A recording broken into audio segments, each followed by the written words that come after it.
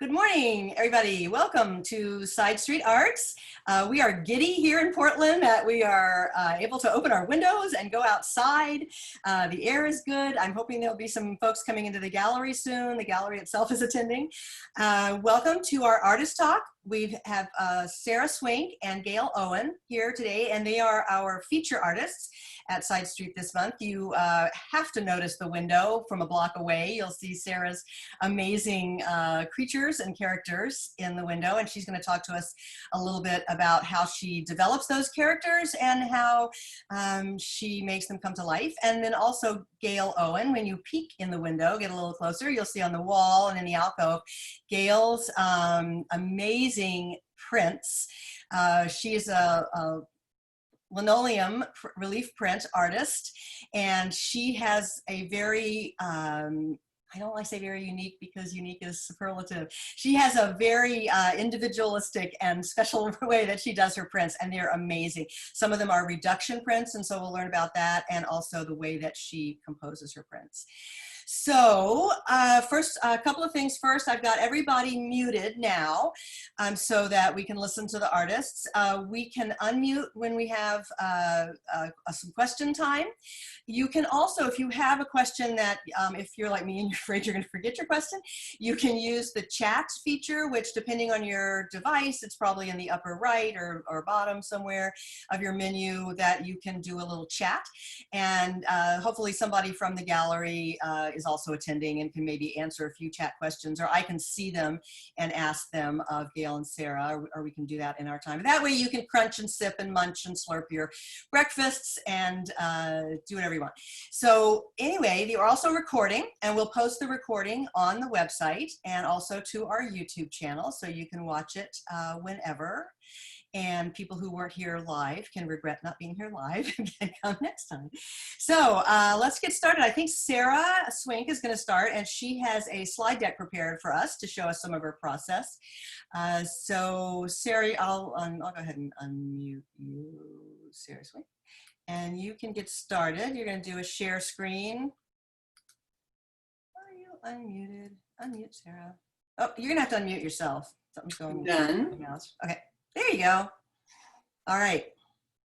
Okay. Let me do that. How's that look? Perfect. Okay. So all of my work starts with collage and on paper. Not all of it, but a lot of it does. And I actually follow a methodology that I learned from my mentor teacher, Colleen Keybert, and I've been teaching it in workshops since 2000. These are image journals, and once the collage is made and processed a bit, which is a whole other subject, the collage turns into an image journal. And in these image journals, which are an amazing resource, I can write and sketch and take things apart and recombine them and start working on ideas for how to bring some of this imagery into clay and make it my own. This is a collage that I did in a little bit different format. I created it originally in this accordion fold, and I did this in this May. I was doing a lot of collaging during the pandemic. My partner had a heart attack and had bypass surgery the end of April, beginning of May. And when he came home and I was taking care of him when he got settled and stuff, that's something I couldn't leave him alone. So I did a lot of collaging at the kitchen table. So this is the front panel from that collage. And what I've combined here is the clay figure is a piece by Claire Cunin, who is somebody I've admired for many years.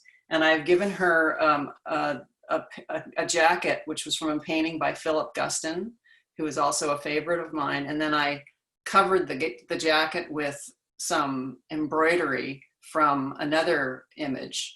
And all of this was superimposed on this blow up of a house. And so this piece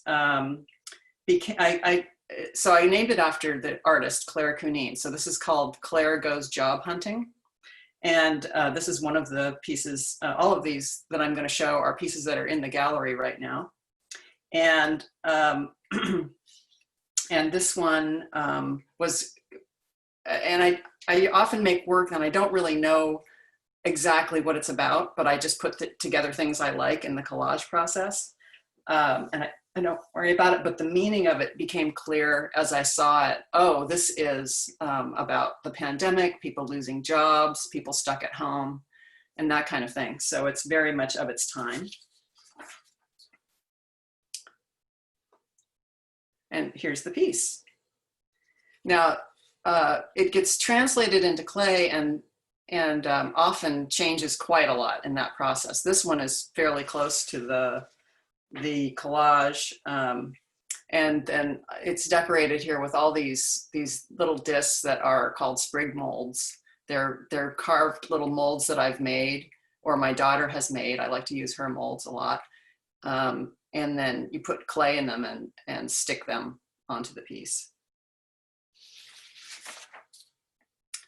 This is another piece of the collage, that accordion collage. And I was just really attracted to, well, all of those elements, but especially the illustrated face, the colors involved. And by the way, anybody could use this for any medium or even for writing. Using collage is a great way to put new thoughts together and also discover sort of what's going on inside. And then, so this one went through a sketching process. I often will do that, and I will take some of those elements from the collage. I did a lot of sketching on this one. This is just a couple of examples. And sometimes this is a great opportunity to take other pieces of the collage and put them with this image.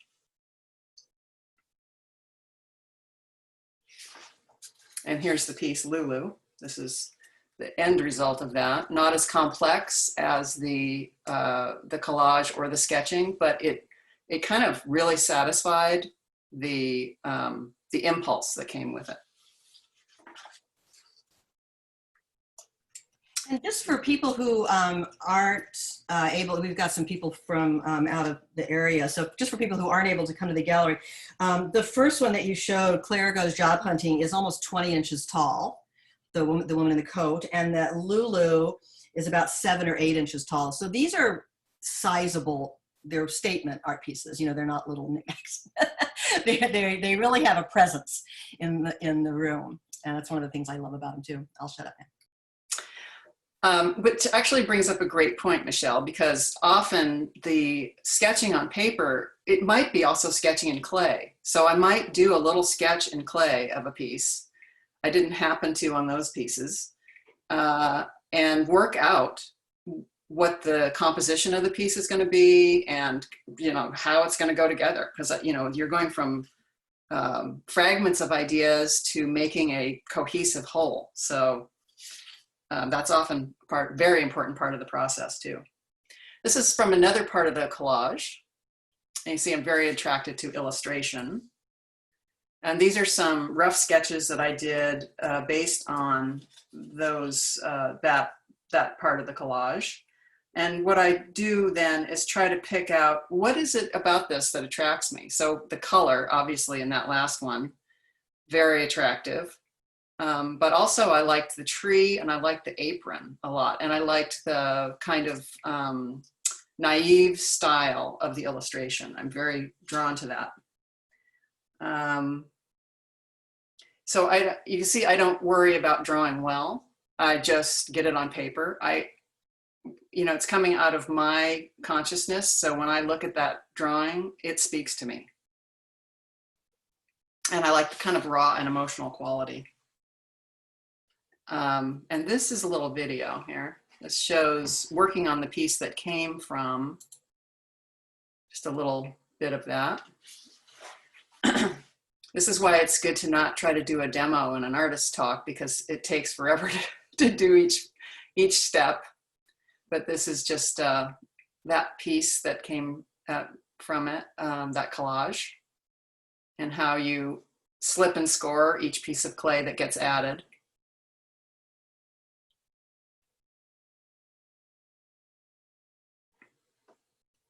And then this is the final piece after it's been glazed and fired, glazed and fired. And this is, in making this piece, I realized who this was, that this was a character that I've worked with before called Imperfect Offering.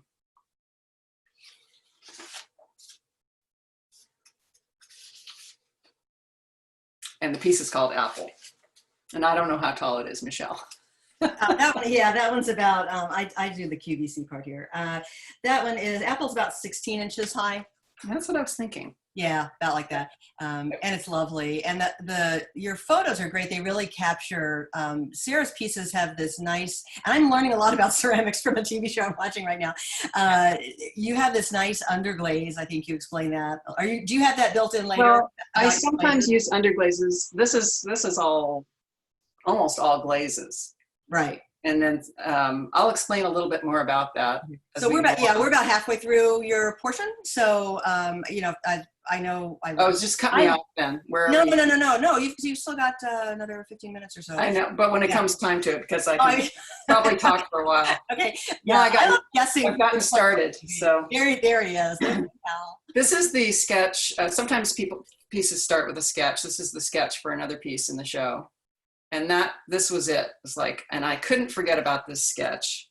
And here's, and when I work, so it went right to clay, no other sketching in between, no little clay sketch, but I build everything hollow. So this shows that. Okay, and I'll just move along here.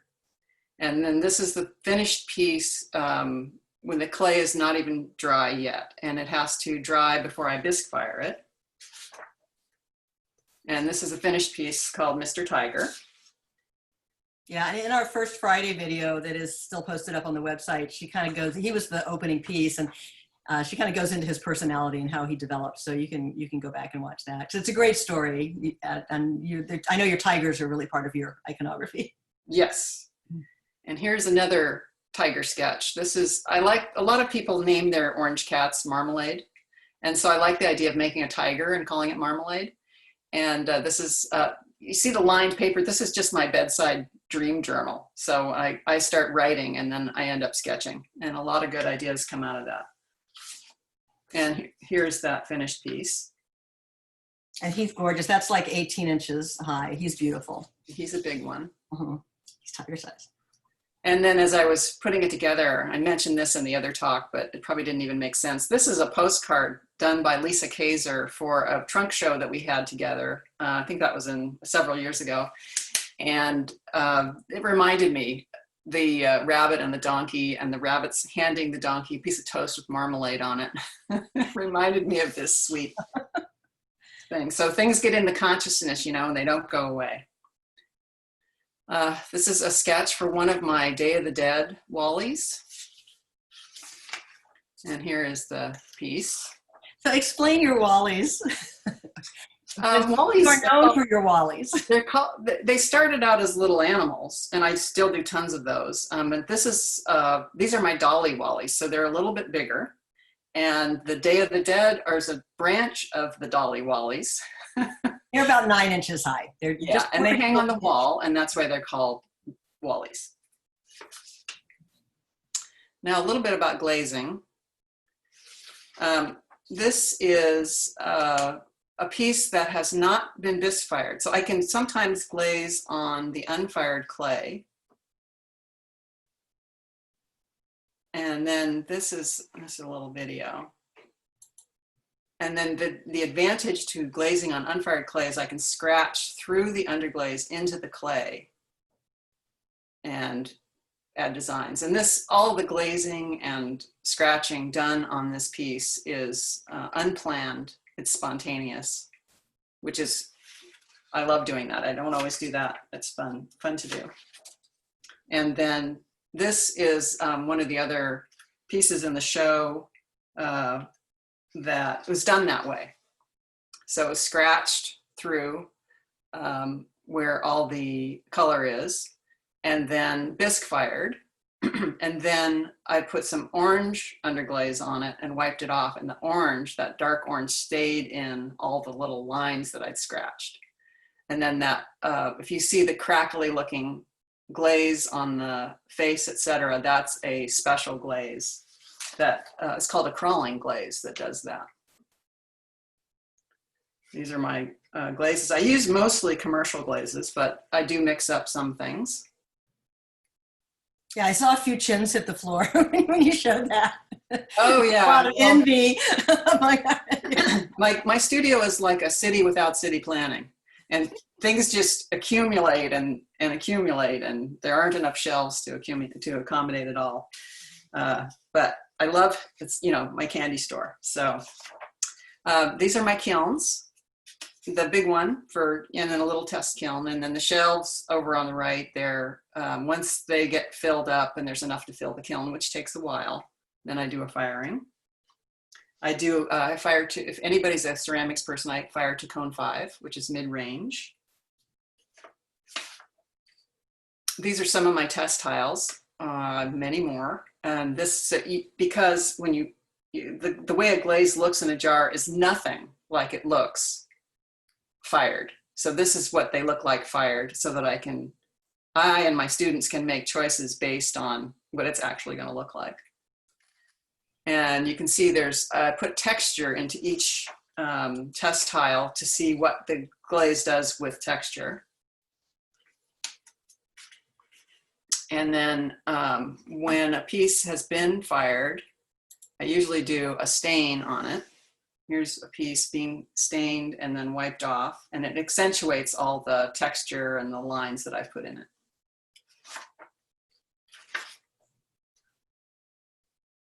And this is my glazing journal, and I do a little sketch of the piece, and I write down the colors that I want to do things, and then these are my test tiles. I take them off the wall and I lay them out and do different, you know, combinations to see what I want to do glazing wise. And then I have a record of the piece and the size of it and the date and all that stuff.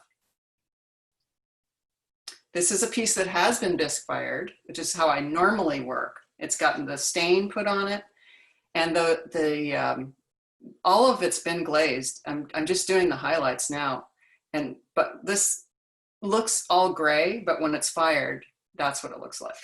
Yeah, that is a major, that's kind of the highlight of the show. That one's right in the middle of the front window. And I liked your story about the decoration on that too. Thanks. This is called Guatemala. So it's big, yes, it's 2 feet high. That's a big piece. And it's on the website, if you go to sidestreetarts.com, you can see front and back. It's gorgeous. It needs to sit in the center of a room or in a window or something where you get to see all sides of it. So the dress is a traditional Guatemalan dress. It's a huipil. Mm-hmm. It's based on a huipil. A huipil doesn't really have sleeves like that per se, but yeah, and it was inspired in part by an old friend of mine who went to Guatemala and collected huipils. This is Kendall Jones, who has shown at Sidestreet, and she taught a portrait workshop in my studio in early March before everything shut down. And it was wonderful. And I invited her to come and teach it, and I knew she'd be great, and she was. And the model is Michelle, who was wonderful too. And it was her first time modeling. And Kendall talked a lot about, you know, really learning to see and, you know, observing when you're doing, because we have preconceived notions of where things should be, but really looking at this thing objectively that you're sculpting. It was really an excellent workshop. So I took some of the collage imagery that I was working with at the time. So this tattooed person with the monkey on, I think it's a woman on her head or his head, but not sure.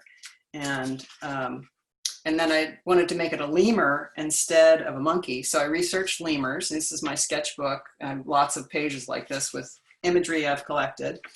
And then it combined into this piece, Observe. So obviously based on what these two are doing, which is looking intently, and what was happening in that workshop. So this is the head that I did in the workshop and converted it into this piece. the end. And am I remembering correctly that those are actual like tattoo, what do you call the little Oh, these are underglaze transfers. Yeah. So they come on sheets of tissue paper in different colors, and you just rub them onto the piece. And a lot of people in the ceramics world are having a lot of fun with these now. I bet. Yeah. So a couple of questions, although if you want to unmute yourself to ask a question, feel free to just go ahead and unmute yourself.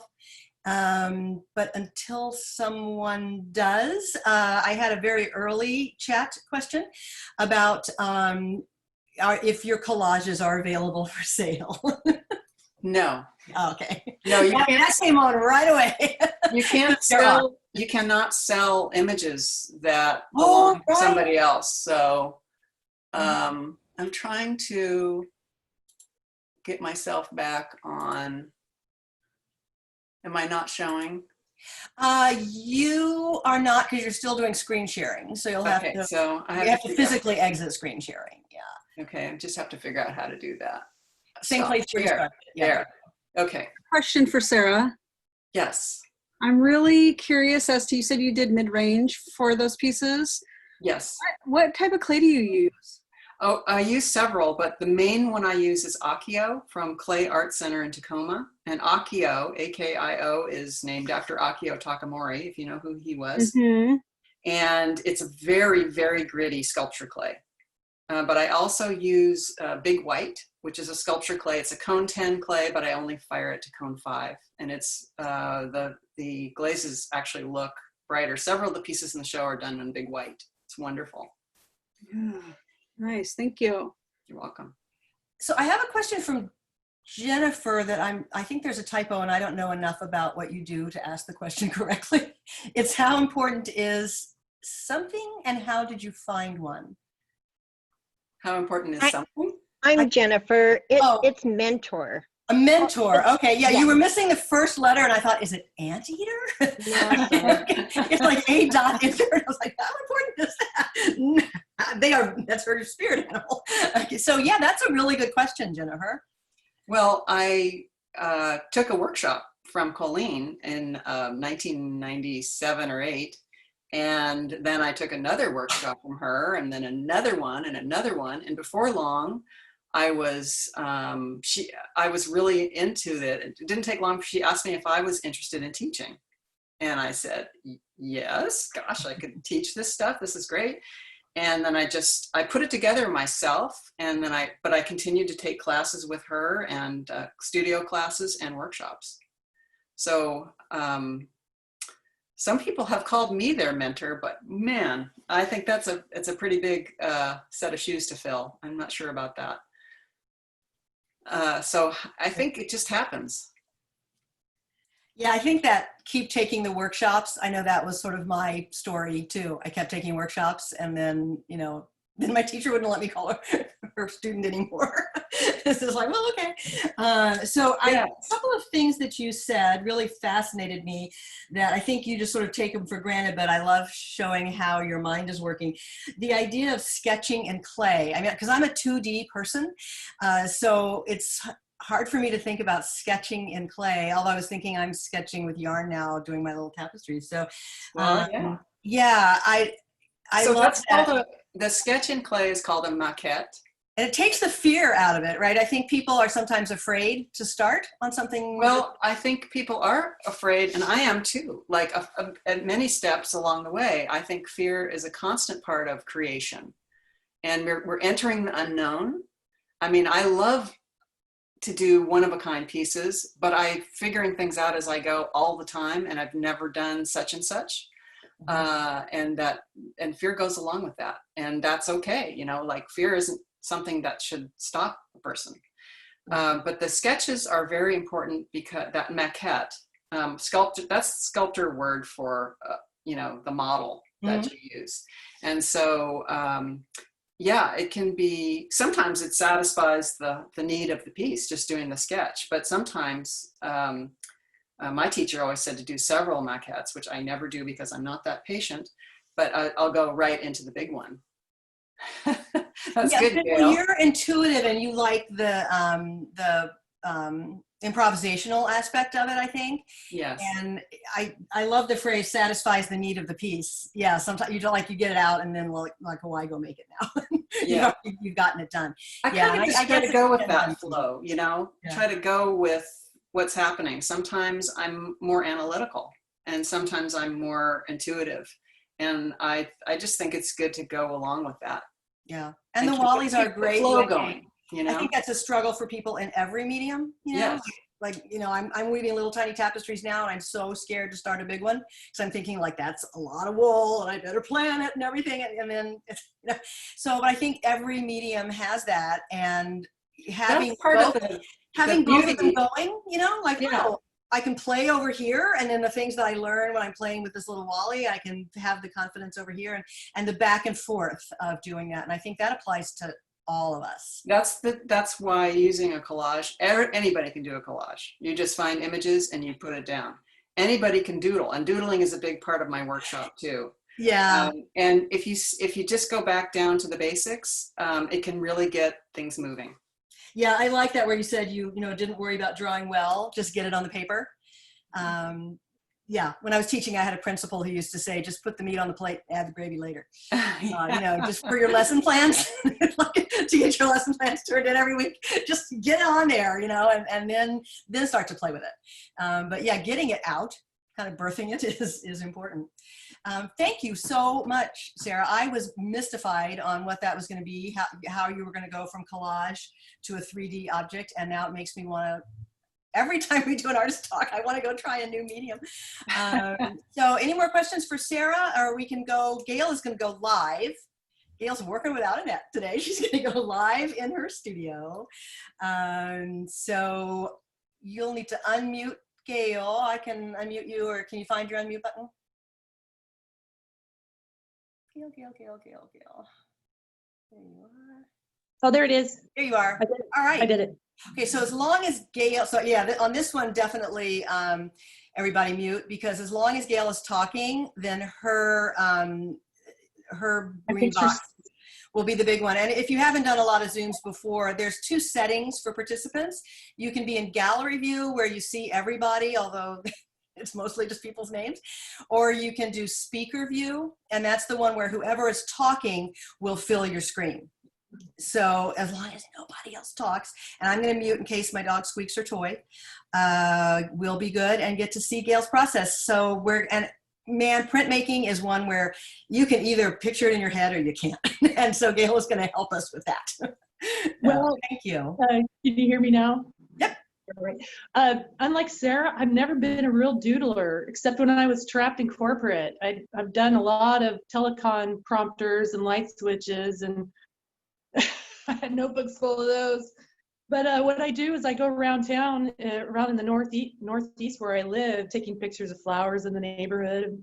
And I start out, I do draw. So I start, can you see this? I think I've got it right. So I start out with a drawing and the size of my block.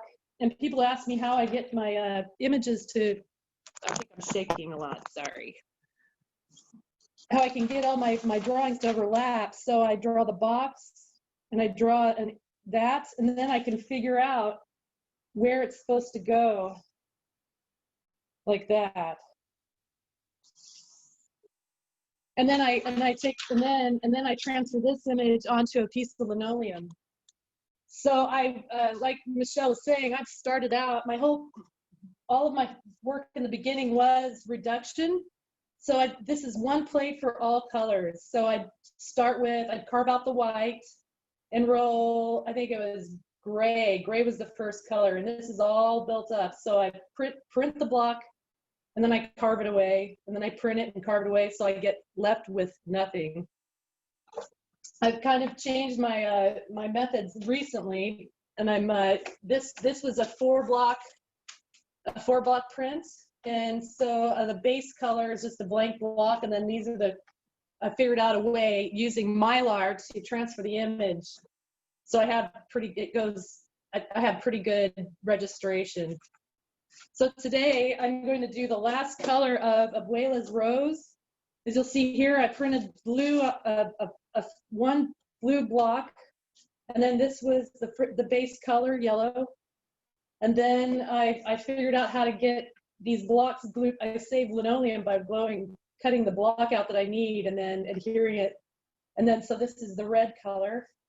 And so back over here,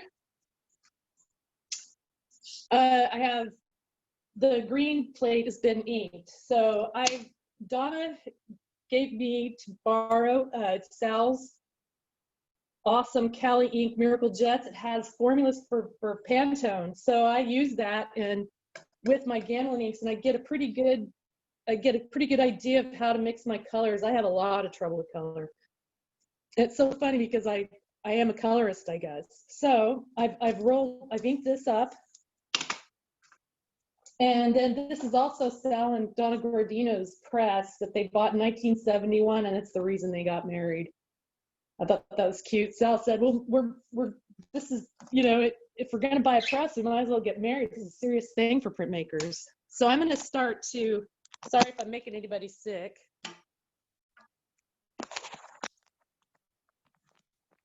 I had somebody come into Sidestreet the other day asking how I get perfect registration.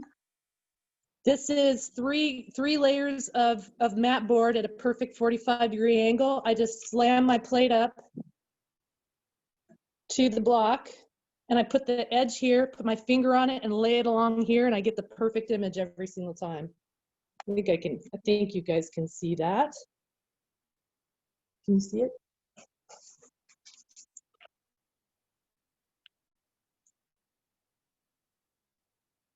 And this is a book. I ran out of paper during the virus. It took me over a month or so to get a paper in. So I tore up books and sewed it together for this piece.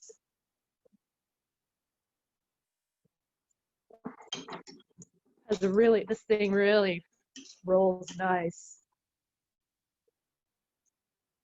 And I want it to go backwards. Sometimes it'll get caught. Oh, I'll just roll it through once.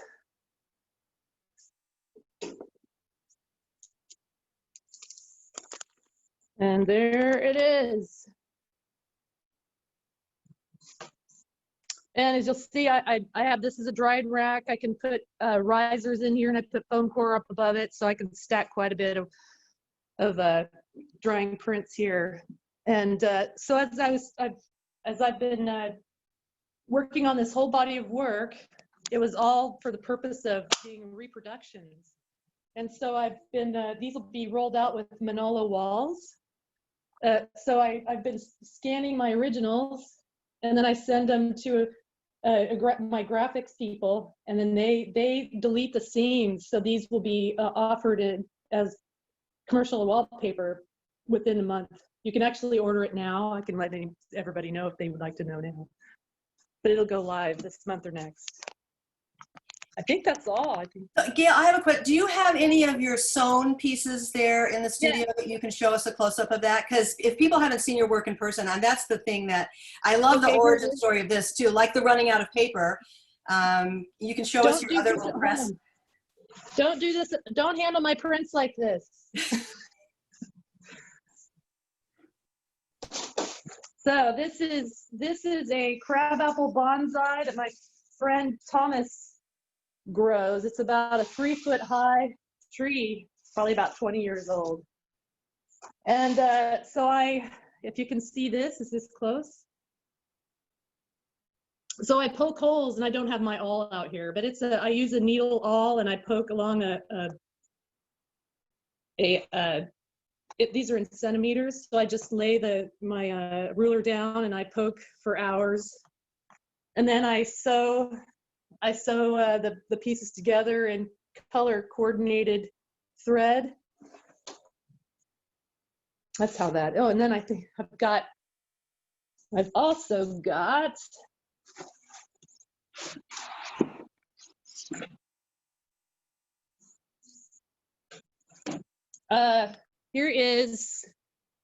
this is the other koi print, if you can see this. A little bit dim in here. But this is a 4-block fish print rotated back. So that's 12 prints sewn together on one large piece of paper. And I use arches, a big roll of arches that I have stored up there. You can't get paper big enough sometimes. So can you briefly tell your, because I love your story so much, tell your origin story and about your tiny press and how you came to do these tessellating tile pieces? Yeah, I was working in a corporate office for 20 years, imagining what kind of work I would be doing as an artist. I had no idea. When my career went away in 2014, we moved to Portland. I just needed a little time off, and I asked my husband, I was like, mind if I take a little time off? He's like, yeah, you're on unemployment. So at the end of that unemployment, I was like, honey, can I take a little bit more time? I got to do this. I got this thing in my head. I just want to do these repeating patterns, and I want to sew them all together, and I want to have a show. So he said, I'll give you 5 years to do it. And I'm on year 6. And if I didn't have, a body of work and I've been able to support my dog food and all my expenses by my art these 6 years. So now that the wallpapers come out, we've agreed I can keep going, so I don't have to go back to corporate. So I at a lunch break in Seattle, I bought this thing on a whim for $400. And I never told my husband. He's like, you cannot buy any more tools. So this thing I could hide. And so when I came to Portland, I pulled it out and I started printing. Because as an artist, you really need to pick one medium, and it's the only medium that I could do that I wouldn't be completely bored. So the small press, I mean, a press is, if you're not a printmaker on there, a press, it's like a kiln, right? It's incredibly expensive and a huge investment.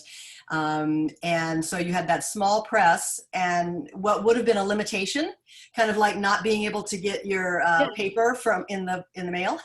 Yeah, that limitation became your signature of those sewn together pieces. And the stitching, as a fiber arts BFA, let me tell you, I love the idea of, they have that sort of quilted look because the ink is so thick. And yeah, go to the website and look at some of the close-ups of her work. The koi, we could see the koi pretty well. The light was good in there. There's so many layers of ink on there that your work is almost feels like leather. The paper is really thick by the time you've printed all that ink on there. And the parts where all the ink overlaps is a little different, and I happen to like the seams on it. I wish that there was an option on the wallpaper. I love the seaming because it's almost like they're little pillows that are coming together, and there's this extra texture to that. And then didn't you invent your own tool to make the holes for your stitching? Yeah, they're upstairs. Yeah, I had some copper and I welded a needle to the end. I could not find anything commercial, and all I had was I was pushing that needle right into my finger too many times. So I was like, I had a little torch and I was like, I can do this. So I made quite a few, and I've broken a couple. I've only have one left. I've got to make some more. So your stitches are perfectly spaced. It is the most perfect work. And then, and then you start looking at the colors, and there's that, they all have a slight little glimmer to them. There's not a metallic, what is it that makes that shine? It's linseed. It's linseed oil. And so they call it the orange peel effect. So you start building up that linseed oil, and it dries, and then it just starts getting that orange peel effect. I really like it.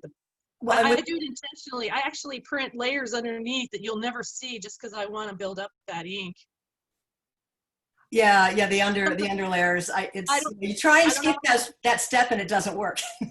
Right. When I report how many pulls I do, I don't report the times that that I might have 2 or 3 layers that you won't see at all. So I'm going the printing small with a small press.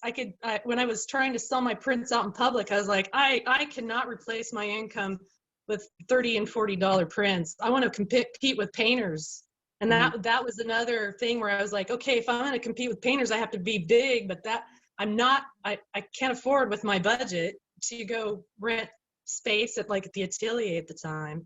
Yeah. So there is access to that, but I've been stubborn because, I get to work in my shop alone. I don't have to, schedule a time with anybody. Yeah. Denise, are you able to take the laptop over and show us the mount hood in place? This is the only one left, so Gail doesn't have one in it. So with these reductions, like Gail said, once they're over because the plate is destroyed. So Denise, you'll have to start talking once you get there so that the view switches to you. because Denise is actually Timothy today.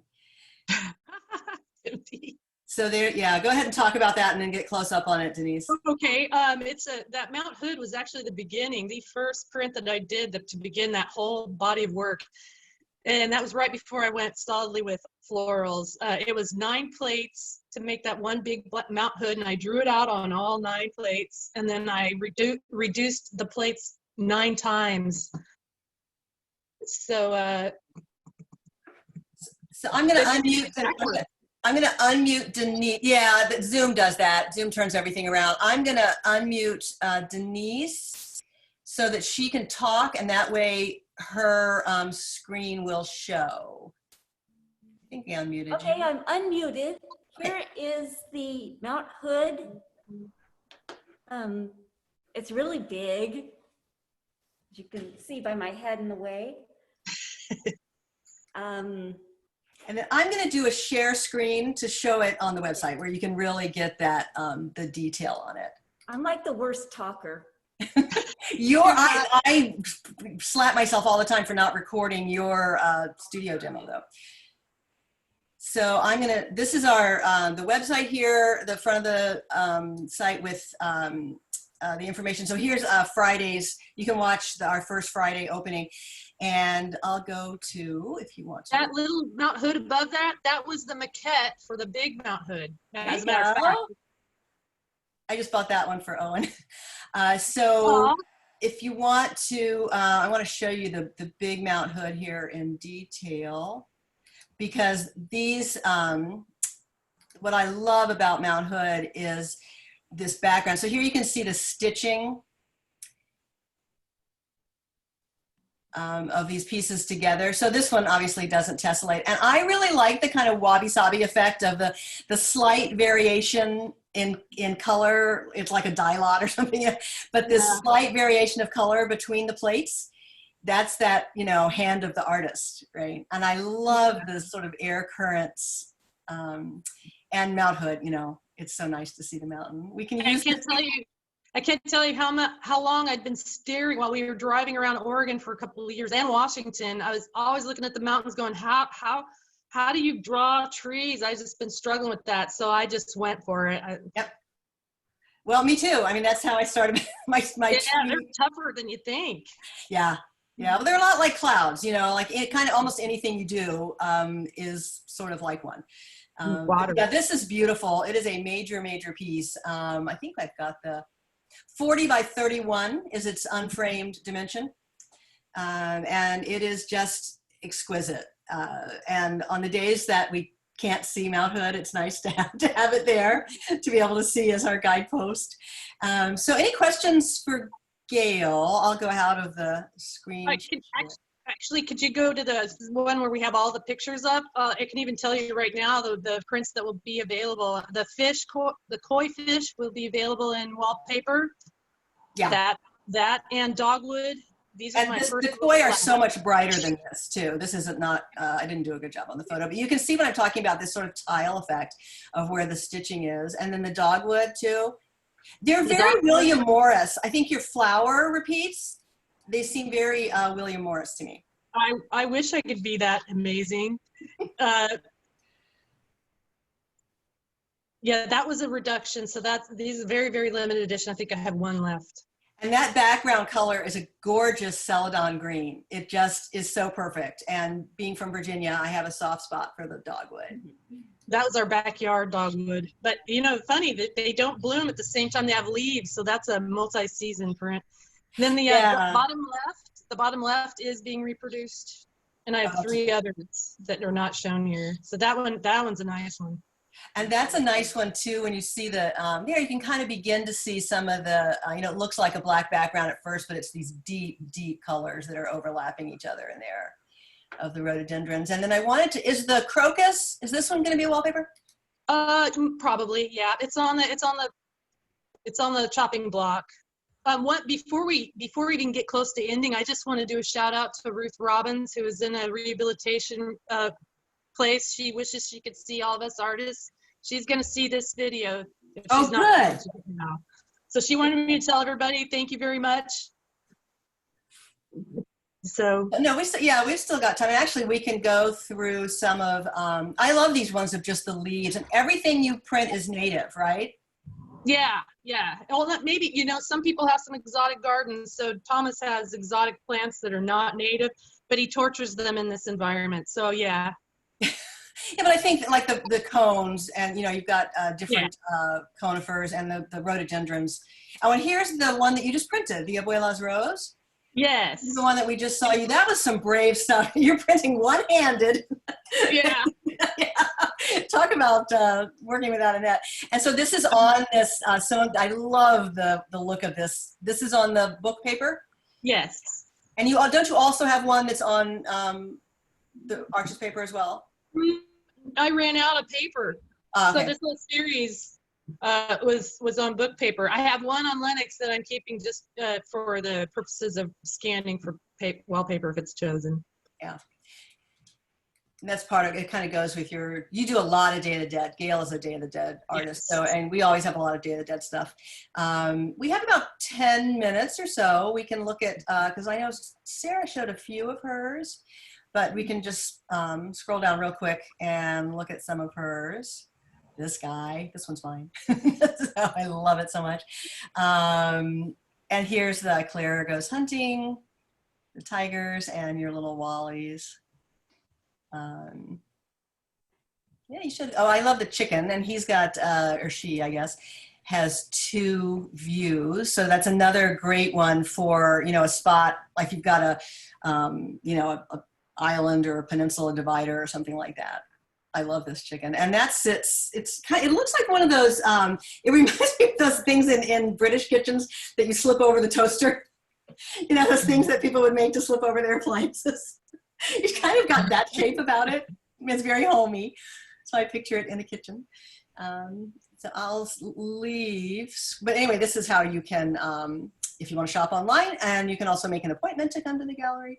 So I will quit my screen sharing if anybody wants to have any more questions. Does anybody have any questions? Everybody's, nope, you guys answered everything completely. What was I looking at here? I thought I had put down some questions. So let me look in the chat. I haven't checked the chat in a while. Let me stop screen sharing. Screen sharing. I don't know. Oh, there's stop share right there. Okay. I always have button panic. Let's see if I have any chats on here. No chats in here. We're open 12 to 5 today. And then we'll be open we're 12 to 5. So we have our new hours because of the pandemic, and we're limited on how many people can actually make it into the gallery and are comfortable working. There's Tater Tot. We can meet Tater Tot. Can you introduce us to Tater Tot? Oh yes, this is my studio pet. He really does help. Except he's potty trained too. If he has to go, mostly he'll fly off to go to his little. Did you see that? I love his little cubby. Important in a studio pet that flies, that they be potty trained. Yeah. So yeah, with our new studio hours now are Thursday through Sunday, 12 to 5. But we're open always online, and you can always make appointments, and we're happy to, plenty of us live close by the gallery and can meet you there for appointments to talk about things and look at stuff. So I want to thank everybody for spending some time inside on this beautiful day. I'm looking out the window and I'm itching to get out there too. I know. Yeah. So everybody take a walk to the gallery, go get some ice cream or a hot dog, and come by the gallery and enjoy yourself outdoors. Head wherever you're going to head. And thanks for coming by. So we will put the video on, you'll be able to link to it it'll be on the front of the website, and then we will archive it forever and ever on our YouTube site.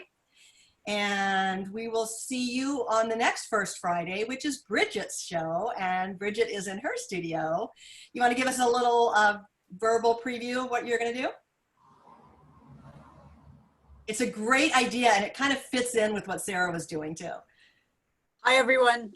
Basically, I'm going to give you an insight into sketchbooking and sort of the behind the scenes where artists, kind of like what Sarah was talking about, you know, these little idea books where you sort of store your ideas and your things that you're mulling around, or you're recording things, or you're using your sketchbook as a diary, a visual diary. And so I keep a sketchbook, and I take it wherever I go. So it winds up, you know, kind of being this. This is actually today here, and I was taking some notes about what Sarah was saying and whatnot. So, you know, it's just I want to share sort of my way of doing a sketchbook, or keeping a sketchbook, and it's entirely individual. Everyone keeps, like Sarah uses hers with collage, and you know, I don't know that she dates them, but in these pandemic times, I've actually been very I don't know if it's a control thing, but everything is dated now. Everything is like, I start each day with a date, and you know, I sort of record my movements through my, you know, my day. So, but anyway, that's just a little thing. I've got 155 sketchbooks, and I'll be bringing over 20. Right now I'm at 25 that I'm bringing to the gallery, but there will be more. So it'll be a romp. Some will be open, some will be on the wall. And you've had reproductions made, so we'll be able to view Bridget's sketchbooks, and we're going to do it sort of museum style too, or in the window. We're going to be turning a page a day, so be sure to walk by all the time. Yeah, so you've reproduced some of the awesome pages and covers Yes. that will be available to buy, and I've made new artworks based on old drawings, and then I'm bringing in some work that started in a sketchbook and has, you know, gone through the process to become a finished piece of artwork. So yeah, so there's lots of different. Bridget just had a 0 birthday. I won't tell you the other number because it would shock you. You would fall over. But she just had a 0 birthday. And so I love you know, because this show has been planned for a year. And I love the idea of going through 150 sketchbooks, 150 some sketchbooks. You know, what a great activity to do at a marker birthday. And it's become a this is your life. And, you know, kind of going through, you know, this is what I was doing. And gosh, you know, you get to a certain point and you go, was I thinking that? Did I mean that? What did I write that down for? You know? Or you find out that you're actually a fortune teller. And I think having the dates on there is important, especially now when our sense of time is doing this, right? Yeah. It's either, you know, endless or it's always 3 o'clock in the afternoon. You know, everybody's different. And I think it's especially good now that you've got those, because man, when you look back on these, that's going to really be something. But yeah, great. We have a great printer too. They're really excellent quality reproductions. And so in your opening, I think for the first Friday opening, you're going to talk a little bit about some of the your recurring themes. You're muted. You're muted. Oh, I'm muted. No, I'm not muted. Nope. Nope. No, I'll talk about, I'll talk about some reoccurring themes, stuff that turns up in a lot of different sketchbooks. And, you know, and then, you know, on the art talk, I'll talk about, you know, process and technique. Yeah, I know that originally there were some gallery activities planned for this, you know, group sketchbooking. It's because sometimes I think people need that permission to just, you know, let your drawing be ugly or write without caring about the spelling, or just put it out there and not worry whether you're good at it or not. And there's nothing like a workshop to get you going on that, but we were unfortunately unable to do that. So I'm actually going to do some videos, some short videos. So if people want to find me on Instagram, they can follow that along. I'll post things on our website so that you can get to those. They're little 5 and 10 minute how-tos. And so I think people might enjoy that. I'm Bridgetoon, BRIGTOON on Instagram. So yeah, Bridget's Instagram is great. It's always, and she's now doing a really nice series of, again, this is for your birthday, a nice series of people's favorite flowers. Yes, yours is the most recent one. I saw that there. Thank you. Named from mine is the Morning Glory. So yeah, that's going to be a fun show too. And then right around the corner is our holiday show. So it's 1 o'clock, and go out and have a wonderful day or evening if you're on the East Coast. go have a nice time. Thanks so much for coming by. Nice job, ladies. Bye. Thank you. Thank you.